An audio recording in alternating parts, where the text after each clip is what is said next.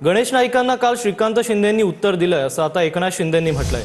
गणेश नाईकांच्या टीकेला एकनाथ शिंदेंचं एका वाक्यात हे उत्तर पाहायला मिळतंय। गणेश नाईकांना श्रीकांत शिंदेंनी उत्तर दिलं असं एकनाथ शिंदे म्हणाले। एखाद्या शाळेकरता रुग्णालयाकरता ते पण दिले गेले नाही, ते भूखंड बिल्डर लोकांच्या घशात त्यांच्या दलालांनी घातले। मला या गोष्टीची लाज वाटते की ज्या मंत्रिमंडळामध्ये मी आहे त्या मंत्रिमंडळामधल्या नगरविकास खात्याच्या लोकांनी अशा प्रकारचं कर्मदरिद्रीपणा केला। माझा जर राग जर शांत व्हायची तुमची इच्छा असेल तर त्या ठिकाणी सिडको कडून MIDC कडून नवी मुंबई महापालिकेला विकासाकरता जनतेच्या हिताकरता जे भूखंड देऊ घातल्यात ते लगेच देण्याची व्यवस्था करा। मला हे मंत्रीपद, परंतु ज्या गोष्टी करता गणेश नाईक त्या ठिकाणी आमदार झाला, मंत्री झाला, ते जर का त्या ठिकाणी जनतेकरता मी बोलू शकलो नाही आणि ते जर मिळवू शकलो नाही, ते मंत्री परत का चाटायचे का? आपण स्वतः कोणावरती बोलतो?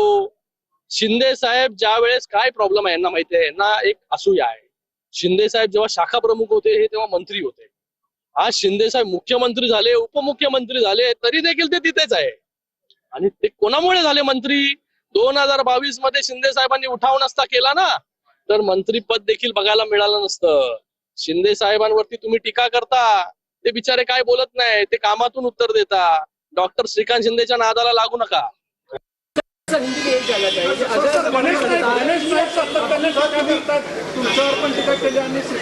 त्याला काल खासदार डॉक्टर श्रीकांत शिंदेने उत्तर दिलेलं।